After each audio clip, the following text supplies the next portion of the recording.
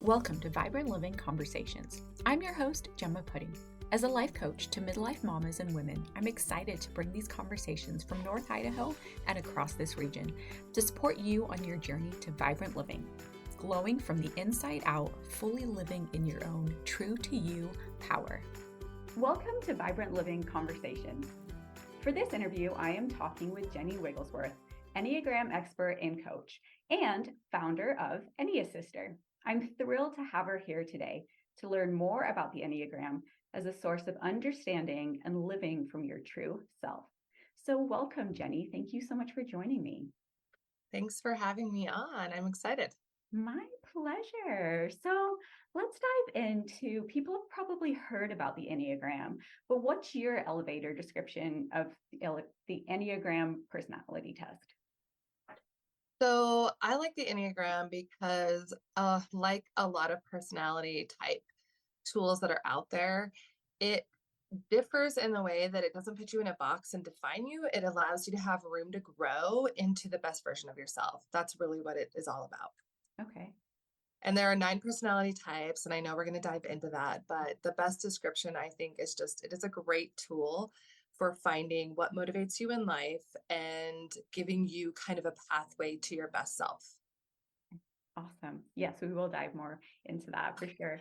I want to know more about your story and all of it. But for right now, you chose that and then dove into creating a business and life coaching and creating this beautiful Thrive event that we have coming up very much around the Enneagram. Will you share a little bit more about why you really sunk into that and obviously extended off what you just said?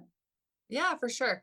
So I love what the Enneagram helps you do because, as you know, we're all dealing with our own psyches, and sometimes we get bogged down just by day-to-day living, and we don't have room to focus on growth because we really don't know where to go and how to get there.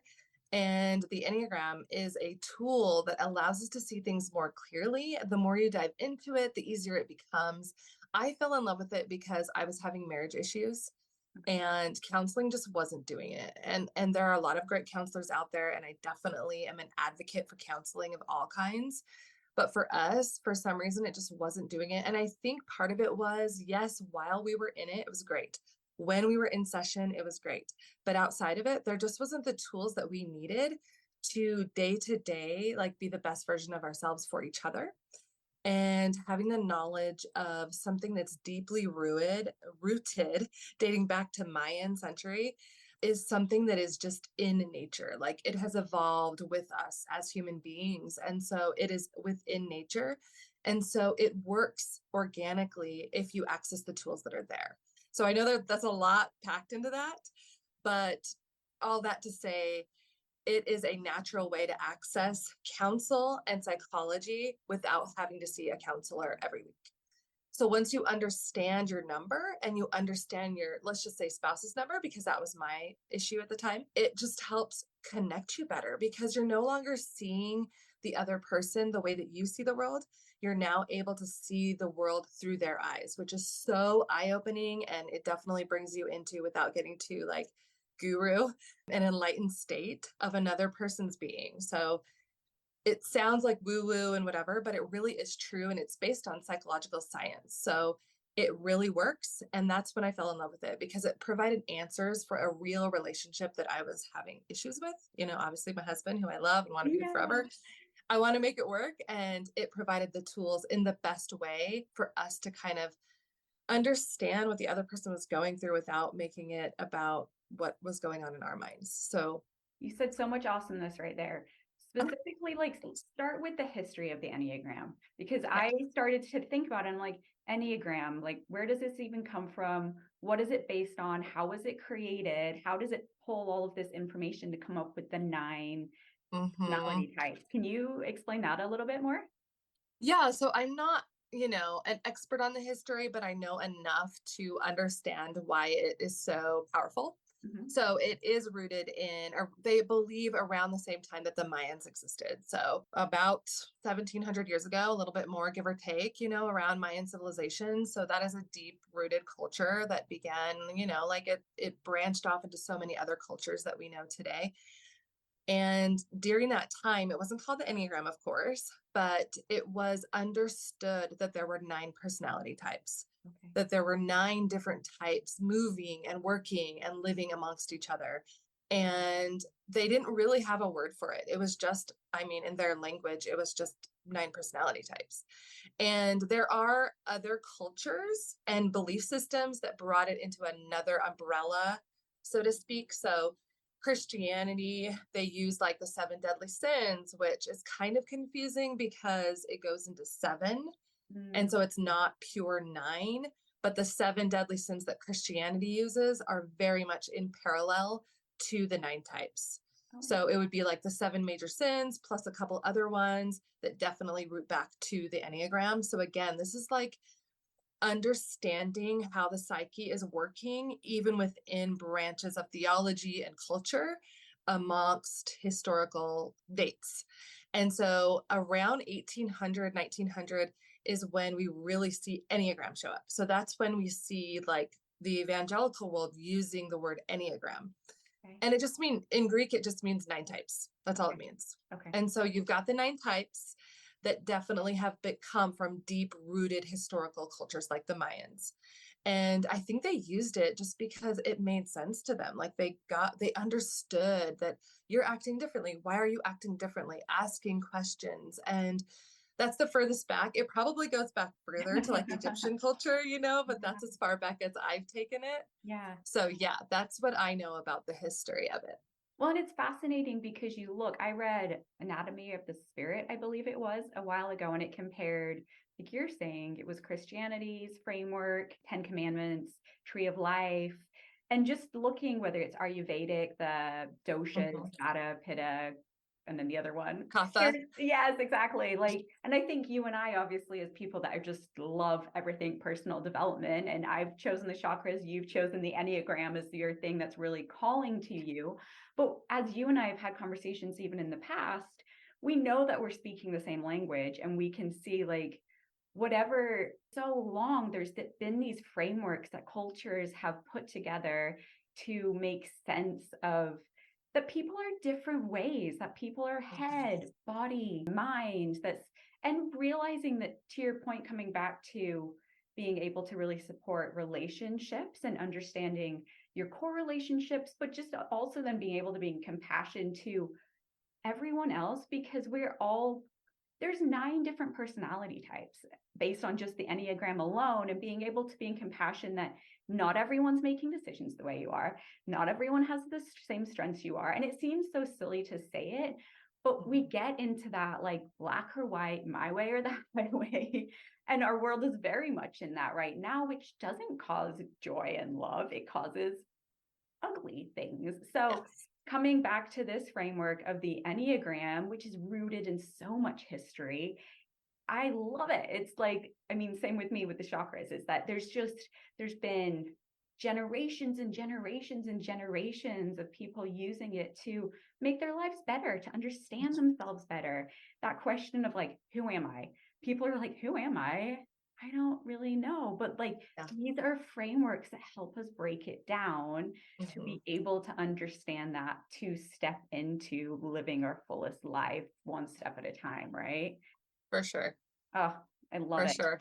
So you mentioned it's helped with your husband's relationship. Was that the first time that you really dove deep into the Enneagram? Or had it always kind of been on your like radar?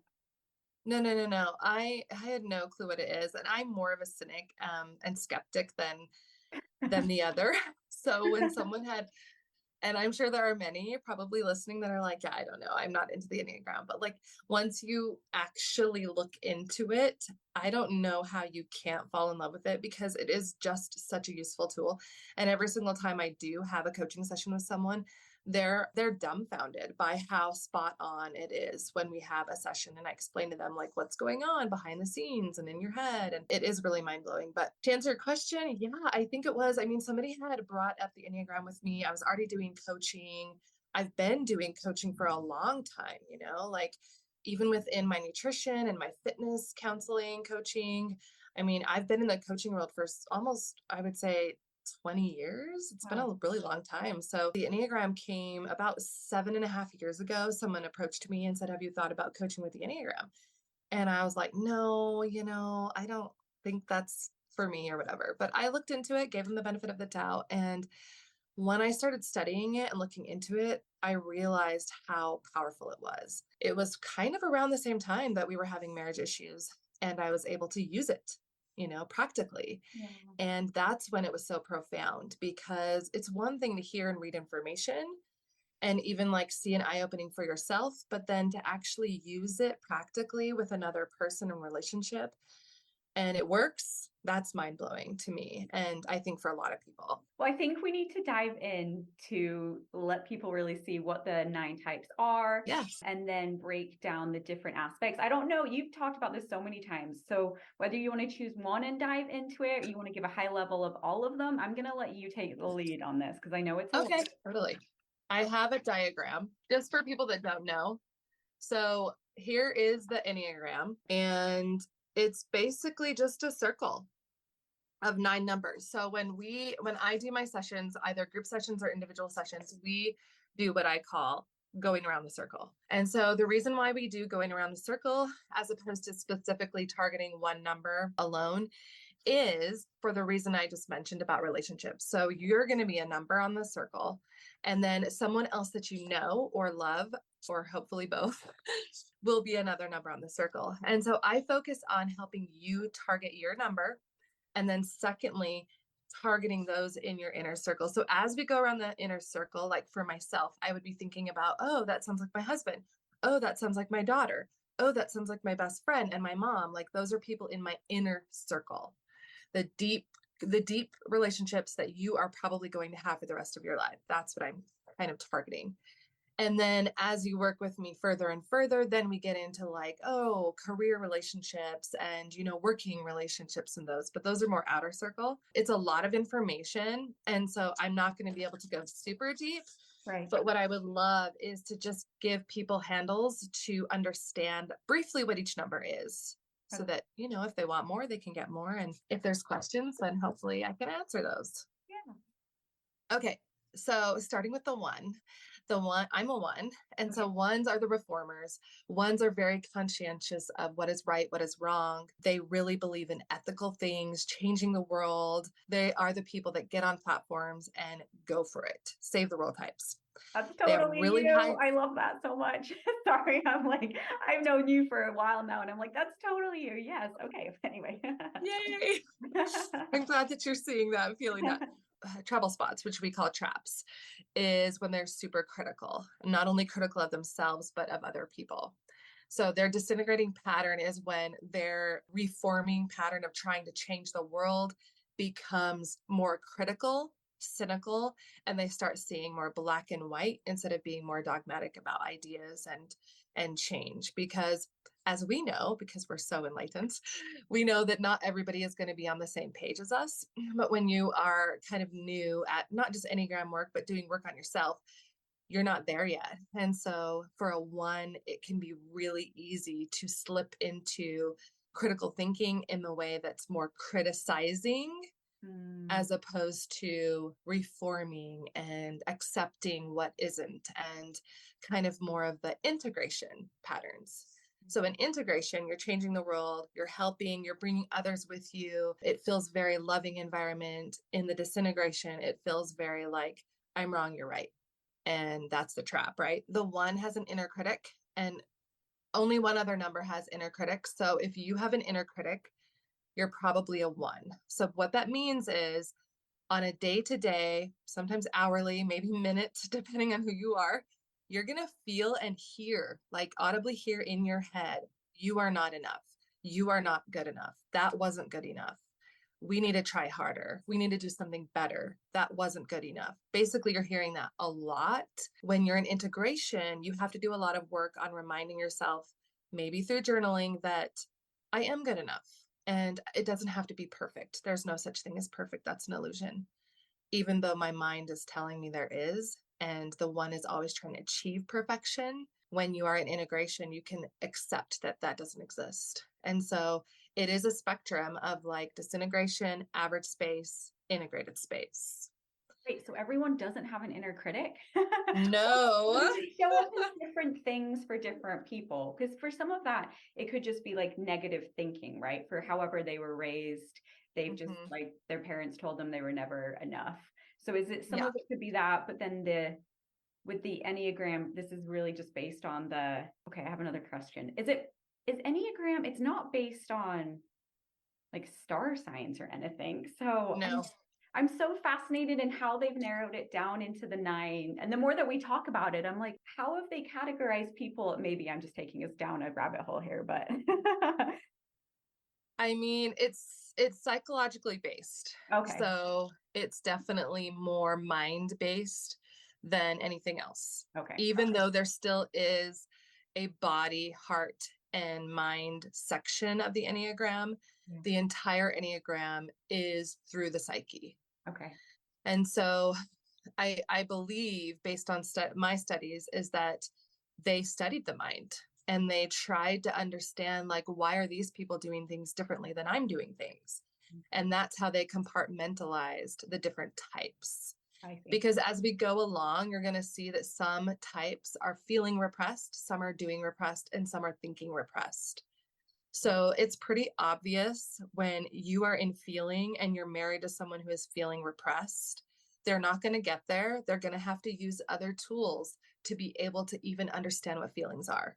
Interesting. Okay. So that's kind of like secondary level teaching. Yeah. Just because it is a lot, but I'll try to get there. The basic fear of a 1 is being corrupt. So if someone were to tell me that I did something for the wrong motives, that would break my heart more than anything else.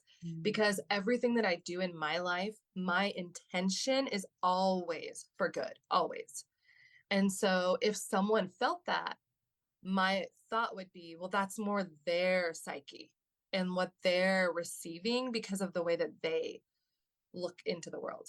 Okay. That has nothing to do with me. And that's a positive way for me to go into the world and know that sometimes people just don't understand or know me and know that my motives are with good intentions. Now, if it was you, someone who knew me and accused me of, as a 1, not me personally, but as a 1, if I was being accused of doing something with ill intentions, I would definitely have to address that right away. Like, I could not get that out of my mind because my whole purpose and motivation in this world is to do good. Good for myself, good for other people. That's not everyone's motivation, but that's mine. And so with that being said, that would crush a 1. Okay. Okay. Going back to the inner critic. So your question about, do we all have inner critics? We all have voices inside us that are going to gear us towards different things depending on the situation and the relationship. But it's not as loud as the inner critic. The inner critic is almost like having a bully inside of your head all the time. That even after you do something that you're like, I've been working on this and I think I did good. I'm getting all these accolades from other people. This is amazing. Like, most numbers would feed into that and accept it. Yes, I am good. Yes, these people love me. The 1 does not do that.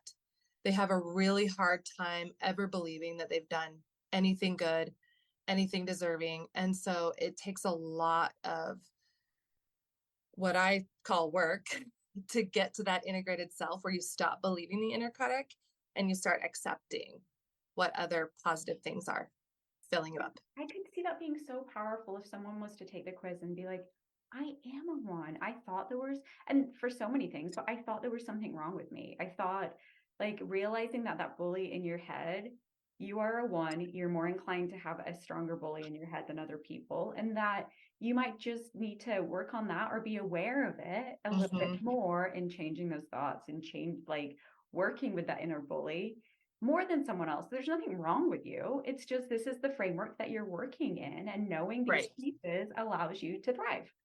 Exactly. So I have pop culture examples if people are still lost. Yeah, let's do it. So if you know the show Friends, it's one of my faves. Of course, yeah. I know it's total 90s, which ages me, but me too. So Monica on Friends is a 1. Okay. So if you notice in almost every single episode, she's doing something to perfect. She's doing something to reform. She's wanting things a certain way, don't change the furniture around. Don't put coffee cups down. I don't want a ring. Like, That's more of a superficial way of looking at it because she's a character. But Monica is a good go-to if you're trying to figure out like what is a 1. Another person is Hermione on Harry Potter. So that character is definitely a 1. Yeah. She's always like, correcting everyone on their language and the way they say some of the spells. Captain America of Marvel is also a 1. So those are all really good ones. So Captain America, obviously, he's wanting to reform the world. If those who are listening have seen the episode or the show with Captain America and Iron Man where they're arguing, Iron Man's a 3, Captain America's a 1. And Iron Man's like, get over yourself. We're trying to save the world. Like, stop trying to just be good all the time. Like, we have to get this done. And Captain America's like, what do you mean? Like, how can I not be good all the time? It's like, it's such a perfect dichotomy of 3 and 1. But love that. You and me. Yeah. Yes, it's us saving the world together in our own way. So is there, obviously, as you're younger and you don't understand these things, you can be like the extreme scenarios, and it might feel very like in tune with you, like Monica, Hermione, but then working with a coach or someone to understand that and see how you can, I want to say soften, I don't know that that's the right word, soften some of your extreme ways of being by also understanding the people that are around you and how your extreme ways of being can work better with different personality types. I guess that's kind of what you were saying before with your husband, is tapping more into owning what you have and how it might be portrayed by other people or experienced by other people, and then experience or understanding other people so that you can see and just understand them on a better level to see how this relationship of the two of you can work better. Did I say that right? Yeah, no, I got you. I'm following. Yes. So we try not to type people before they're at least teenage age, so as parents, you can kind of try, but I wouldn't verbally type them until they're old enough to understand psychology, understand because there can be some psychologically damaging things with typing somebody before they're ready. And then they'll have attachments to that number. And it's really hard to pry someone away from that identity once they've decided that's part of who they are. Not that it's can't be undone and not that it's the end of the world, but it's just better if you as a parent, if we're talking about children, don't type them verbally until they're old enough. Like we say teenage age, and every person is different. Sometimes you have to wait until they're like mature adults. So it just kind of depends. However, if we're talking about psychology, which we are, their number is developed and done in the first 5 years of their life.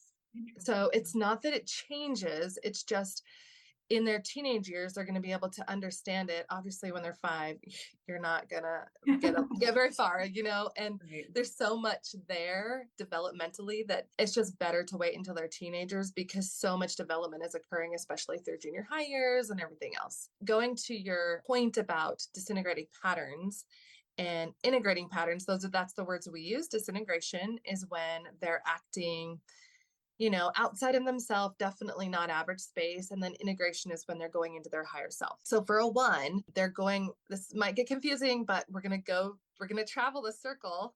So 1s will go to 4. So in disintegration, they're going to become moody and irrational. So when they can no longer control their environment, which is a big thing for 1s, they get very irrational. It's kind of like it's the end of the world. And you see this as a teenage self. So a lot of times when I'm coaching parents, I help them see like the disintegrating patterns, because usually that's not who they are. Mm-hmm. So if they're acting like a 4 and they're a teenager, they're probably a 1. Does that make sense? Yeah, for sure. Yeah. So when you're a teenager, you're going through a lot. You're probably going through a lot of disintegration, and then you're going back to average space. You're probably not getting into integration much as a teenager because you're figuring out who you are. And again, your number isn't changing, but it helps for us to understand, like probably they're in disintegration and average space. So that will help us get to their number. So if they're super like, woe is me, it's the end of the world, and like one thing happens and then the next thing happened, and it's like, oh, the world is over, everything is catastrophic. That is definitely a 4. So that is a 1 disintegrating into a 4. Very moody, very irrational, and about things that normally they wouldn't be irrational about, I mean, irrational is irrational, but silly things. And it's not just one thing, it's one stacked upon another. So that's a 1 in disintegration. They go to 4. Now in integration, they go to 7. Okay. So what that means is the one is no longer trying to control their experiences, but they are letting go more. They're Mm. becoming more fun, more spontaneous. They're able to do things without a deep schedule, which is, I'm a planner. So I'm not the only number that plans, but ones plan. And like I plan like at 12 to 1, I'm doing this. Like, today I'm doing the podcast Yeah. from 1:30 to 2:30. I already have like 3 weeks planned out hour by hour. That's kind of the one's jam. Wow. But it also allows me to be in the world in the way where I feel safe and comfortable. So planning isn't a bad or negative thing. Right.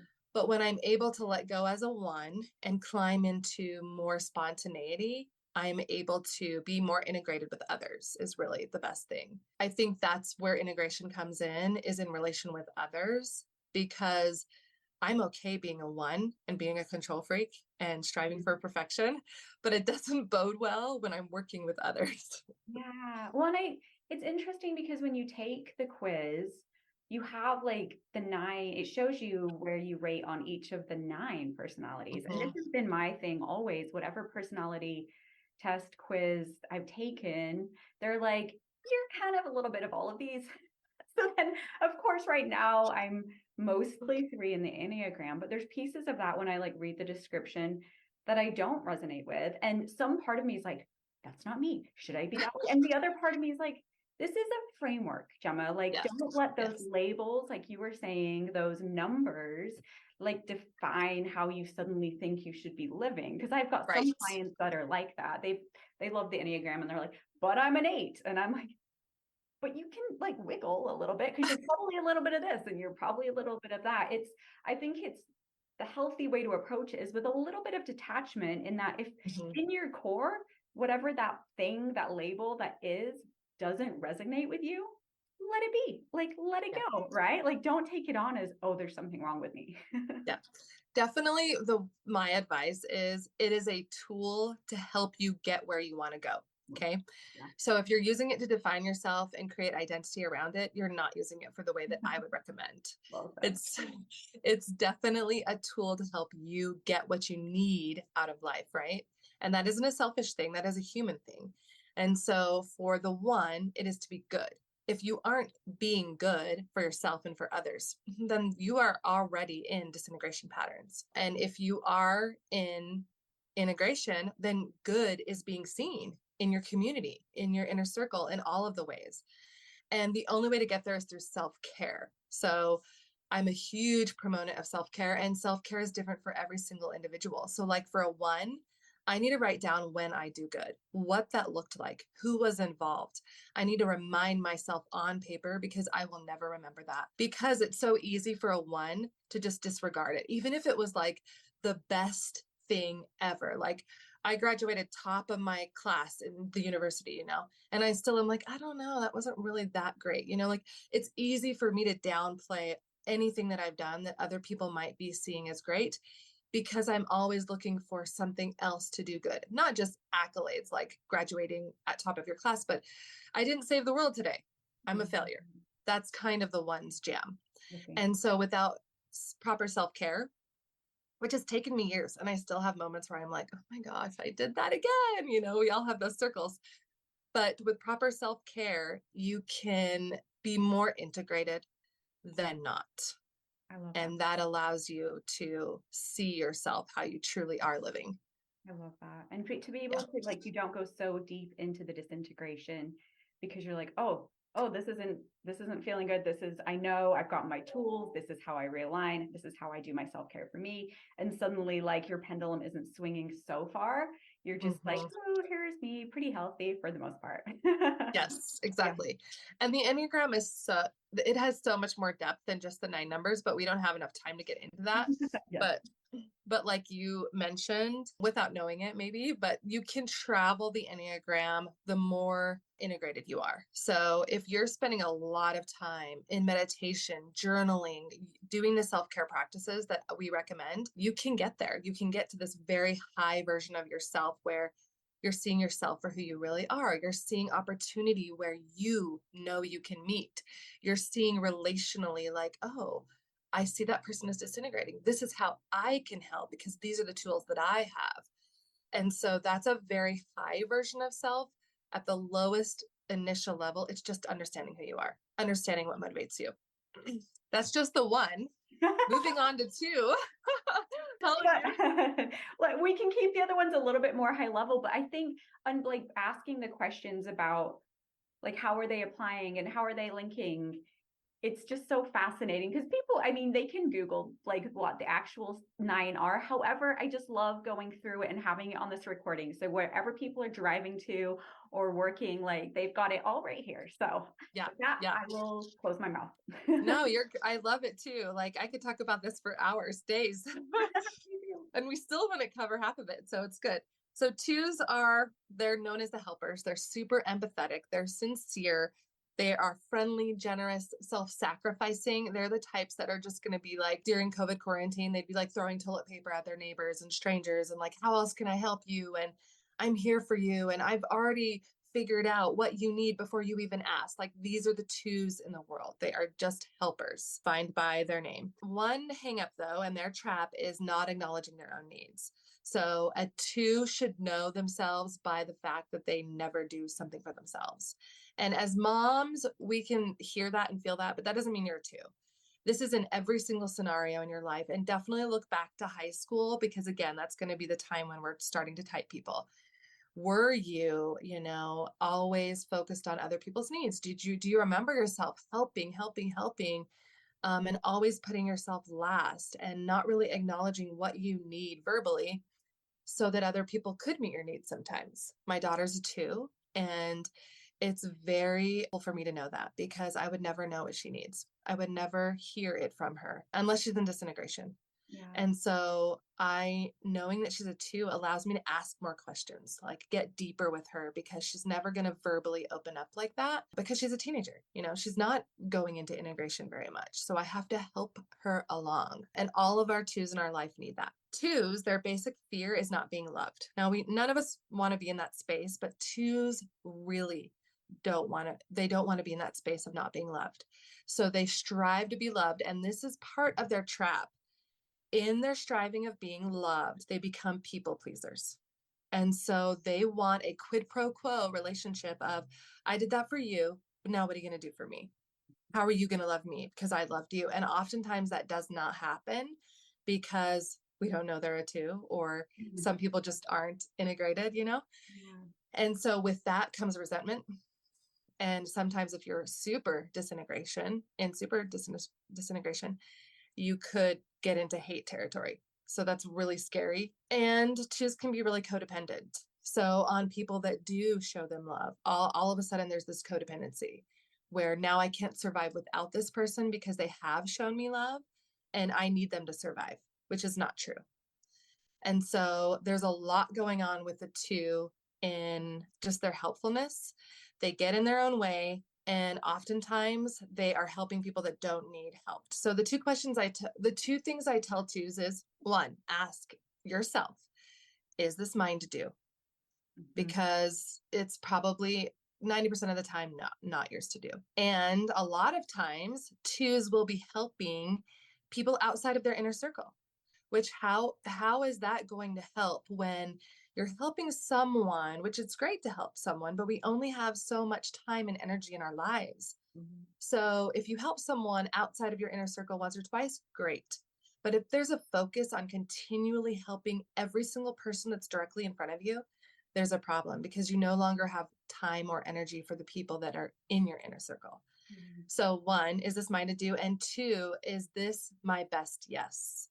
So my best yes can't be to every single person in the world. It has to be to your best, right? To your spouse, to your children, to the people that you work with, to your close family.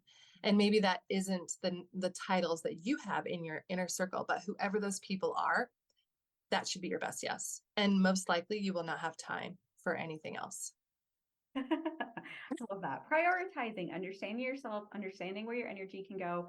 And there's no one that doesn't need to give some of that energy to themselves to fill up their own cup, in a very cliche way to say that, right? Exactly. Yeah. Acknowledging their own needs, which just they believe the self-sacrificing is enough.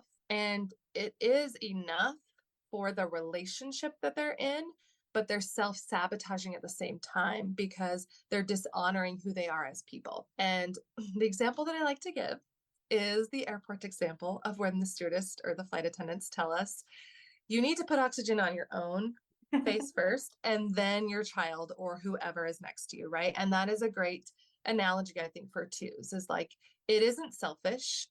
In order to love them in the best of way, you have to love yourself first. You have to do the self-care, because at the end of the day, you're giving them a very shortened, disintegrated version of yourself. Well, and I feel like too with women specifically, like selfish, it's very triggering, even to someone who is very, I like own my selfishness. It's, first of all, we've defined it with this negative connotation. I am retracting that. Like me taking time to put on my own oxygen mask first is not selfish, I will say. Yes. But still, when people are saying, oh, you're taking time for that, you're taking time for self, there's this, I'm like, I still sometimes have to question myself. Am I taking too much time? Should I be doing more for someone else? Especially in mom role, where your spouse, your mom, your daughter, your sister, like in all of those roles, it's just, you have to, like, selfish is not a negative thing.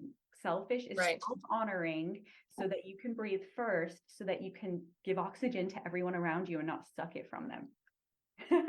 Yeah, and it doesn't even have to be coined selfish. Like, you can just say, I'm going to love myself. I'm going to empower myself. This is a self-empowerment move for me to love others better, you know? And if that helps you get around it, because selfishness is shame-based, and twos live in shame. And so they get shame, and it's very triggering. And our goal is for them to get out of shame. So riding the selfish wave is going to continue to keep them in shame. First and foremost, is this mine to do? Secondly, is this the best? Yes. That's going to help them, 90% get to where they need to be going to integration. So when they go to integration, they are going to go to 4. So are these different than 1 wheel? So when you say they're going, are they, like, you showed that circle to start with? Yep. Is it connected on those lines that were on that circle? So when they're traveling, the arrow is pointing towards disintegration. So anytime you see the Enneagram, the arrow pointing is towards disintegration. Going against the arrow is integration. Okay, that makes sense. So a 2 is going to 4 in integration. So when they are there, they are less prideful. They're basically going to be more emotionally aware, like healthy 4s. So 4s are very in tune with their emotions. So 2s are now becoming in tune. It's no longer scattered towards everyone. It's now like, okay, I'm going to be in tune. These are the people that need me. This is how I'm going to be self-loving. And they're able to go into integration. When they're in disintegration, they get very aggressive, dominating, and they go towards 8. So that's the power moves for 2. And pop culture in Hunger Games, PETA, who is like the helper, you know, with Katniss, he's like always there. He's always he's sacrificing her for her all the time, never thinking about his own needs, even to the very end. So that is a perfect example of a 2. Is just, it's never about me, it's always about you, even to death. We don't need to go there. No, definitely not. And there's other things too. I don't know if we'll have time for it, but maybe we should touch on it now just because we're only on the second number. 2s, 3s, and 4s are in feeling. Okay. So they are feeling dominant. They are in the feeling movement of the Enneagram. 8s, 9s, and 1s are in doing. So they're body, they're instinctual. 5s, 6s, and 7s are in thinking. So they're the mind. So the mind, body, that's the way that we work it on the Enneagram. And there's a whole nother layer of stance. And stance has to do with what I talked about before, just lightly, is the feelings repressed. This might get confusing, but it is really important because this is the way you take in the world. So sometimes you may feel more like you're one of the people in your stance, one of the numbers in your stance, but motivation is what drives your number. So 2s are motivated by helping, being loved, right? 1s are motivated by being good. Your motivation is going to be what drives your number. And it is really key that you get the right number, because how can you know what your proper self-care is if you don't nail your number? Yeah. So take time on it. Those of you who are listening, spend time. If you take a test and you're like almost 30% here, 30% here, 30% here, it's probably stance, because there's 3 numbers in each stance. So then you need to dive deeper and find out what motivates each number, listen to my podcast. I go through all of the numbers on parenting, on relationship, on all of it. And you'll hear your number and what they do in certain situations. And that might help funnel you to the correct number. Okay. So I'll go over stance really quick, especially if you're taking notes. 1s, 2s, and 6s are in the compliance stance. That means that in conversation, in relationships, they are going to go with you. They are going to be present-minded. They're actually here in conversation. So like for myself, when I'm in a conversation or when I'm with someone, I'm with them. That's why I have to have a planner, because I block out time to be completely 100% present so that I don't have to worry about anything while I'm there. And it doesn't matter what it is, gardening, weeding, scrubbing the toilets. I have carved out that time so I don't have to think about the podcast or anything else, because every single thing in my life has been carved out so that I can be present. Yeah. So 1s, 2s, and 6s are present-minded people. 3s, 7s, and 8s. They are assertive. They're assertive people. They go at you. So that's not a negative thing, but it just means they're power players in conversation and relationship.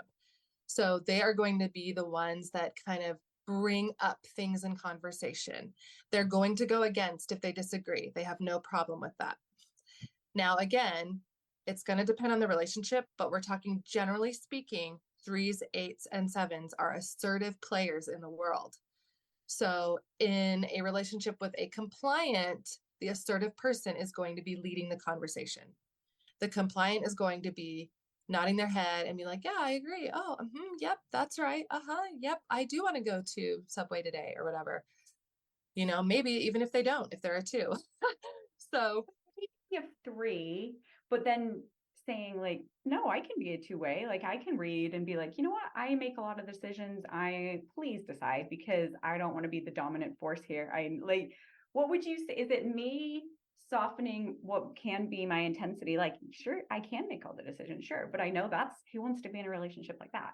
Not me, So is that me softening, or is that me being aware of the people that I'm with and that I need to back off a little bit to let them breathe? Knowing you, it's probably the second, the latter, of knowing the people that you're in relationship with. Yeah. But we'll circle back to that when we get to 3. Okay. The third one is your 4s, your 5s, and your 9s.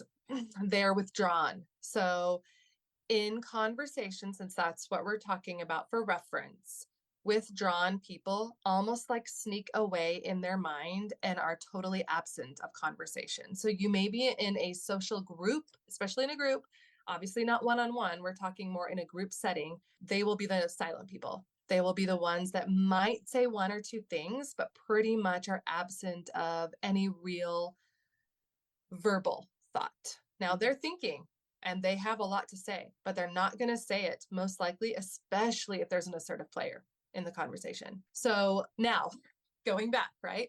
Oh, and the other thing too is, like I said, 1s, 2s, and 6s are present, very present. 3s, 8s, and 7s are future. So even if you're in conversation, they're already like, oh my gosh, later on I have to make this meal and I'm thinking about the recipe. Oh, and tomorrow. So 3s, 7s, and 8s are all about like, they're doing like 7 things while they're having a conversation. Surprisingly, those 3 types are the only ones that do that. Okay. So if you do that, you're an assertive type. You have to be an assertive type if you're future planning while you're in the present. Withdrawn types, 4, 5s, and 9s, they are past. So they're tethered to the past. That doesn't mean that they're thinking about the past or they're talking about the past per se, but they're in the past. Like they're not even aware that this conversation is going. They're like still like back up the train. Like I'm still in yesterday. Like I'm still processing yesterday. And so 4, 5s, and 9s, they need a lot of time to process. They have the least amount of energy. They need to be able to take in everything, especially if it's a high energetic relationship. It's going to take them hours, days, sometimes months before they're like, okay, I finally processed that. Now I can get back to that person. So knowing that about all of these numbers is really key, because this is the way they take in the world. Your stance is the way you take in the world. Now, thought, feeling, and body, which I just referenced. So 2s, 3s, and 4s are in feelings. That's the way they react to the world. Okay. So if you are an assertive 3 who is in feeling, you are taking in the world through your stance, and then you're reacting out through the world with feeling. Okay. So let's talk about 3s. Since you're a 3. 3s are very self-assured. They are assertive, attractive, charming, super ambitious, the most ambitious because they are known as the achievers. Okay. So they're going to achieve, even if it's just in potty training as a mom, if it's in business as whoever, it's in a spousal relationship, you want to achieve. And it's not going to look like this is what somebody else thinks is achieving. It's in your own mind. It is not the world's idea of achieving, which I think some people get misconstrued. It's your version of achieving. Whatever that looks like in your mind, you need to nail it. And if you don't nail it in your mind, you've failed. So you're highly driven in that way. You are diplomatic, kind of like what you're talking about. Like you don't have to always be the one that's making the decisions, but you do know what you want. Right. If there was an option of like, let's have Italian, or, oh, I want to have American, oh, let's do Mexican. You know what you want, but because you are integrated, you may use those powers to allow for other people to have the option. But that doesn't mean you couldn't have made the decision, planned it all out, and it would have been great. Right? Yes. The trap with a 3 is workaholism. Okay. So above all else, they are the most prone to becoming workaholics because they crave the achievement. Now, it doesn't always look like work in the more natural term in the United States, like capitalistic. It could mean workaholism as a mom, like, oh, I'm constantly doing play dates and I'm planning this and I'm planning that, and I'm not getting paid for it. It's still workaholism. Like you're still addicted to this achievement, whatever it might be. Right. The future, yes. For me, I call it the journey. Like, I'm so curious, and there's so many things to learn, and that personal growth. And maybe it's the integrated part of me that's like, I don't see it as like I'm failing or lacking. I'm just like, but like this life journey has got so many steps, and how far can I go and learn and grow and become a better version of myself, which I could see that being, I check myself to make sure it's coming from abundance rather than coming from lack, but I can see where both ends of those spectrums would live. Right. And again, I think it goes back to relationship. So you as a soul island could achieve all you want and experience everything. There's nothing bad about it. I don't use the word bad or good because they're not helpful words, but it is not as integrated as allowing that achievement to be seen integrated with other people. Like how can I use my achievement to empower someone else? I've been given this gift. I understand how this works. I can allow my future planning into this to also aid in this relationship. And I could see it paralleling really well. Like that's just one example. Obviously, if it's just for soul purposes, that is a 3 space.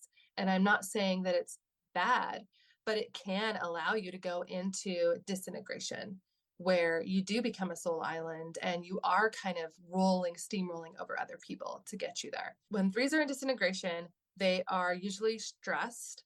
They are becoming disengaged and apathetic. So it's when they really don't care. So 3s, 7s, and 8s are feelings repressed. Okay. What that means is to get what they want in disintegration, they can put feelings aside.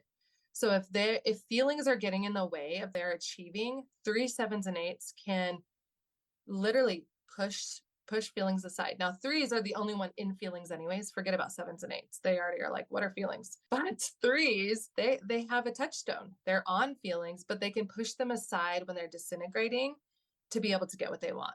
And we've seen this, we've seen this in culture, in business especially. Like we know that most of them are 3s. There are other numbers, but it's easiest for 3s because they're driven by achievement to push feelings aside and go into their disintegration to get what they want. So in integration, they are becoming more cooperative and committed. And that's kind of what I was going for is I see you all the time integrating with other people. Like you're allowing your wheelhouse of power, which is achievement, to be integrated with other people. You are helping other people get there. I mean, that's why you have a podcast. Like you are using your power of achievement to help other people be more integrated as a person, but also within the community, which is huge. That's an integrative move. Awesome. And that means you're going to 6. So you're going into a present state to be integrative. When you're in disintegration, you're going to 9. And that is a withdrawn stance. Withdrawn meaning you don't care about the people that are involved. You're withdrawing from feelings so that you can get what you want. 3s always feel that I'm harder on them because they don't want to fail in anything or feel like there's anything wrong with them. And sometimes when people do take the test and they get a 3, they want to be another number. Like they try to figure out, how can I be a different number? Because if you're a 3, I don't feel that way, but if you're a 3, it's because you're probably a 3 and you're feeling the realness of all of those things. Right. It's probably just it's like a mirror, right? You start to see the things and you're like, oh, you don't like it because some part of you is like, we need to work on that. We need to get back into integration. This is why it's like triggering you to be yes fascinated. And I love all of this. It gives the platform for having these conversations, right? Okay, that isn't resonating for you. Well, what is? And you can go down that path of being like, does that really resonate for you? Or are you avoiding what is actually truth and how your body wants to live integrated in the world? I love it. Exactly. I'm the same way. I mean, when I found out I was a 1, I'm like, I'm not a 1. And I remember this is the way you can kind of hack it. You can journal about things that are, bothering you, struggling with, things that in your past have really bothered you. And I bet you 9 times out of 10, it's going to be things that would be under that umbrella of that number. So when I journaled, it was all about perfectionist behavior. It was all about things that I just didn't nail. I just didn't get the way that I wanted. And I mean, I was literally, and I didn't believe in journaling like 8 years ago. I'm like, oh, I don't think journaling works. I'm such an avid believer of it now. And all 9 types need journaling. So do it. If you're listening to this, do it. The journaling gurus say to do 3 pages. Just sit down and do 3 pages, even if it's, I don't know what I'm going to journal today. Just write that over and over, and something will come to your psyche and you'll start writing real feelings. And I started bawling. There was a point where I was like, oh my gosh, this is so true about being a 1. And when you go to the disintegration, because it's easy to tell, like, oh, I do the disintegrating pattern. Like it's easy for us to understand ourselves when we see that mirror of failure, right? I mean, hopefully, because I would think that most of us could see that more clearly than, oh, I'm always perfect. I'm always in integration, I think that's harder to see. Yeah. But, when I look back at my life, especially high school, like I said, that's when you're changing and becoming yourself. Those are going to be where you see those disintegrating patterns. So if you remember yourself in like the high school, those developmental years, you'll see, at least for myself, I was super dramatic. I was definitely in my 4. I was definitely wanting to perfect not only myself, but other people. And I was extremely judgmental and black and white thinking. Yeah. Journal about that. Journal about high school. Like who was I in high school? That could be really helpful. Taking the quiz and reading the results, because the results are extensive. So it will give you a ton of stuff to journal about, like whether it's like what's coming up for you, what's really popping out for you. Start with the things that feel appealing. Like, yes, I am achiever and this is great. La, la, la, la, la. Make sure you cover all of the things that are like, I don't want to own this. Let's journal it out and see whether I'm really am finding that true and where those challenges or blocks or what's going on there. So yeah, I just find, because I'm kind of the same, where it's like, what do I journal about? Free writing. It's fun. Yeah. Like now I enjoy it and just let whatever come out, like the magic that flows through you, right? But if you're someone that's not there yet, just take the quiz and journal about what's coming up for you, because there's so much. Obviously, we've only even made it through 3 in the last 45 minutes. There's so much content that's fun just to reflect on and to think about yourself through. So for sure. Should we continue to the other 6? Do you want to just touch on them high level? Because I still want to talk about the Thrive event. I still want to talk more about what you do as a coach and how you support people in like holding this space for them. Super high level, super short. Okay. So going back to the 3, they want to be affirmed. They want to be admired. Okay. Their basic fear is being worthless is their fear. So they do not want to be worthless. They want to be valuable and worthwhile. So that's the goal for you. Hello, friends. As you can tell, the Enneagram has epic content to describe each of the 9 personalities.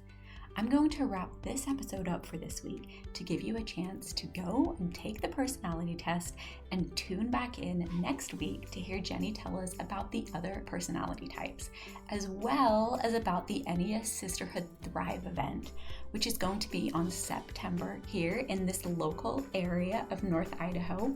It'll be such a fun-filled day for women to feel seen, heard, and loved. And guess what? I am one of the 6 speakers. You can learn more and purchase your tickets at EnneaSisters.com. That's ENNEA sisters.com. Sending all the love, light, and vibrancy. Till next time. If you like this podcast, I want to invite you to coach with me. Let's ditch the autopilot living to slow down, tune in, reset, and redesign your life to glow from the inside out based on the beautiful being who you are, what matters to you, and how you want to dance through this life. I help you understand your self-sabotaging ways, program thinking, and tendencies to outsource your power, and reshape them to align with the true you for this chapter of your life. To join me in a complimentary coaching session, go to my website, www.gemmaputty.com. Sending all the love, light, and vibrancy. Until next time.